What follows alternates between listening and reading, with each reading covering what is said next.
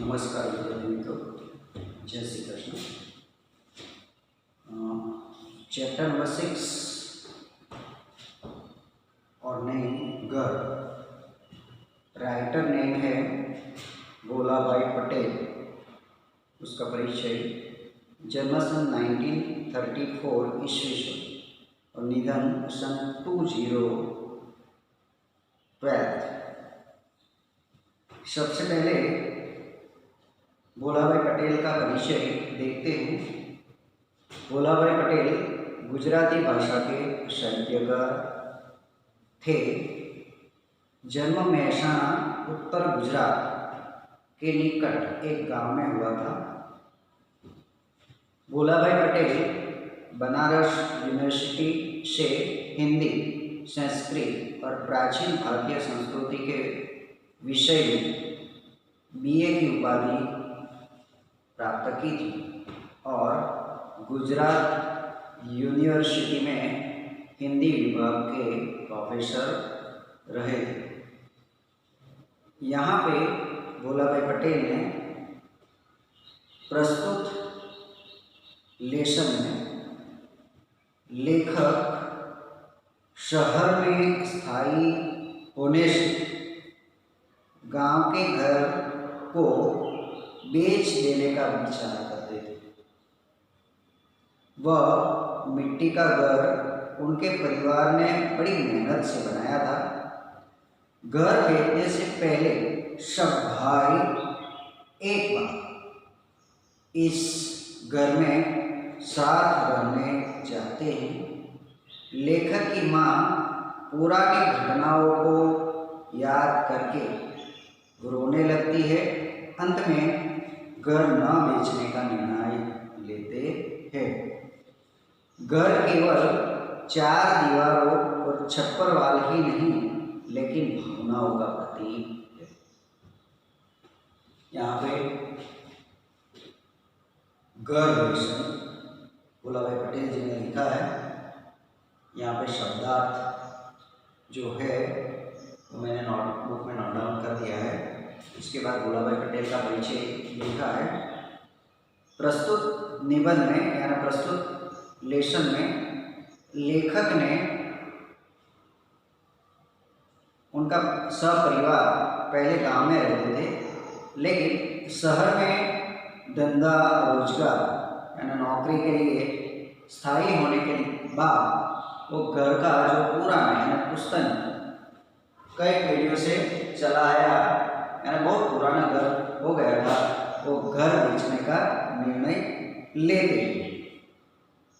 लेकिन निर्णय लेते पहले वो अपनी माँ को पूछते हैं। माँ भी उसको हाँ कहती है कि चलो भाई, बहुत पुराना घर हो गया है, कोई बात नहीं, जर्जरित मकान हो गया है, उसको बेच देते हैं। और वहाँ भी हम गांव में तो कोई प्रसंग पात नहीं जाते और तो कोई कुछ जाना नहीं, ऐसा कोई प्रसंग नहीं उद्भवता है, तो इसलिए ऐसा घर हम गांव में रखकर क्या कर सकते हैं। और गांव में भी अड़ोस पड़ोस में सब नए नए सभी लोग आ गए हैं, तो ये हमारा घर में हम जाते हैं 1-2 दिन छुट्टियों में रहने के लिए, तो सब लोग अलग अलग प्रकार की सोच लगाते हैं, इसलिए हमें ये पुराना घर बेच देना चाहिए। ऐसे लेखक के मन में एक प्रकार की सोच उद्भव हुई थी और वो माँ की परमिशन लेकर वो बेचने का निर्णय लेते हैं। लेकिन घर बेचने से पहले वो सोचते हैं कि पूरा फैमिली एक बार हम फिर से घर बेचने से पहले एक बार सब पूरा फैमिली इकट्ठा होकर एक दिन के लिए वहाँ रहते हैं।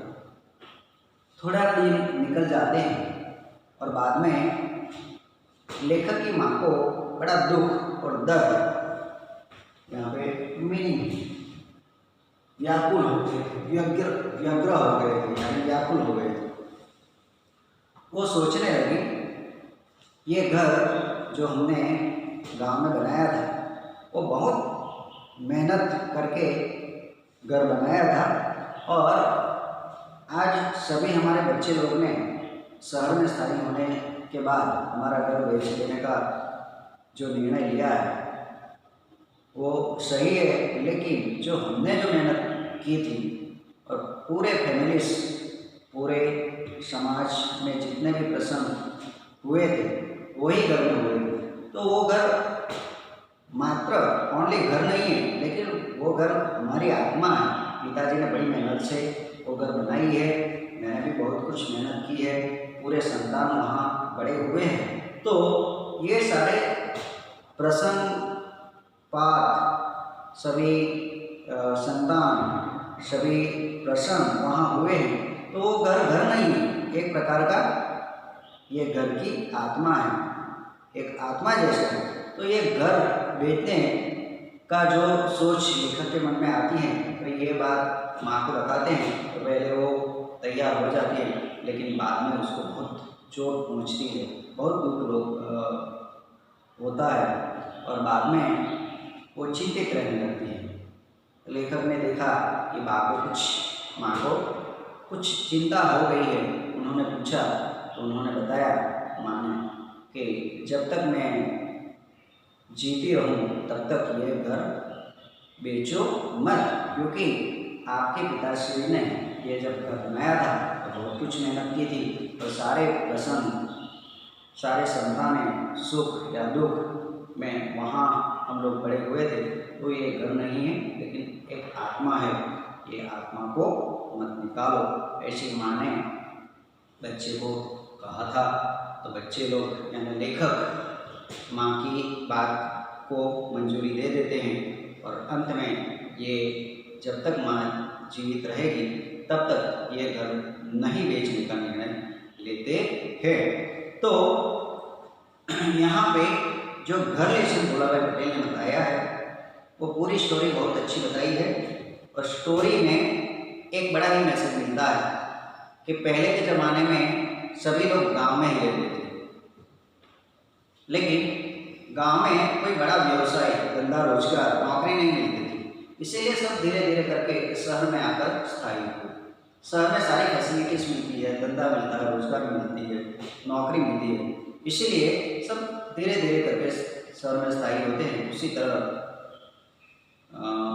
माँ का पूरा संतान यानी लेखक का पूरा फैमिली वो भी शहर में स्थायी हो जाते हैं, और गांव में जो जर्जरित मकान यानी पुराना मकान हो गया है उसको बेच देने का निर्णय करते हैं। लेकिन माँ लेखक को बताती है कि ये घर नहीं है, हमारी आत्मा है, ये आत्मा को मत बेचो। यानी जो लोग बड़ी मेहनत से कुछ भी करते हैं उसके पीछे लगाव रहते हैं।